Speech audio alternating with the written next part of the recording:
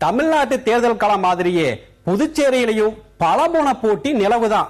வெற்றி யாருக்குன்னு கணிக்கவே முடியாம தனியாகவும் கூட்டணியாகவும் போட்டி பலமா இருக்குதுங்களாம்.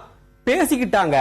நண்பா, புதுச்சேரின்னு சொன்னாலே எப்போதுமே காங்கிரஸ் கட்சியோட மாநிலம்னு ஒரு பேர் உண்டாம்.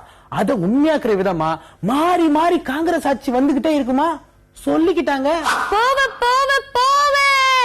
புதுச்சேரி காங்கிரஸ் 2-3 குரூப்பா இருப்பாங்க. அதுல கண்ணன் அதிமுக பக்கம் போனதால ஒரு குரூப் குறைஞ்சு போச்சு. அதே மாதிரி ஓட்டும் குறையும் அப்படின்னு பேசாமா சொல்லிக்கிட்டாங்க. அதிமுக ஐக்கியமான கண்ணனுடைய ஆதரவு ஓட்டுகள் ஆட்சியை பிடிக்கிற அளவுக்கு இருக்காது. அதனால ஒரிஜினல் காங்கிரஸ் கட்சிக்கு தான் இந்த வாட்டி வெற்றி வாய்ப்பு கிடைக்கும் அப்படின்னு நாராயணசாமியுடைய ஆதரவாளர்கள் சொல்றாங்களாம். பேசிக்கிட்டாங்க. ஐயா, தமிழ்நாட்டுல கூட்டணி ஆட்சி கிடையாதுன்னு சொன்ன திமுக காங்கிரஸ் கட்சி புதுச்சேரியில ஜெயிச்சு ஆட்சியை பிடிச்சா அமைச்சரவையில பங்கு வேணும்னு சொல்லி வச்சிருக்காங்களாம். பேசிக்கிடுதாங்க ஐயா.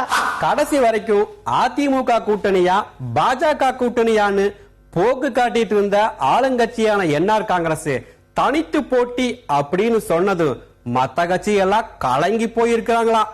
பேசிக்கிட்டாங்க. நண்பா, மறுபடியும் ஆட்சியை பிடிப்போம்னு முதல்வர் ரங்கசாமி நம்பிக்கையா இருக்க உள்ளாட்சி குழப்பம் ரெக்கையை கட்டி பறக்குதான். போதா குறைக்கு பாமக பாஜக தனித்து நிக்க யாருக்கு வெயிட்னு தெரியவே இல்லையா. பேசிக்கிட்டாங்க. தேர்தல்ல தனித்தனியா போட்டி போட்டாலும் தேர்தல் முடிஞ்சதுக்கு அப்புறம் கூட்டணி அமைகிறதுக்கு வாய்ப்பு இருக்குதாமா. அதனால எல்லா கட்சிகளும் ஒருத்தருக்கு ஒருத்தர் பேசி வச்சிருக்காங்களாம். பேச்சா கிடக்குது.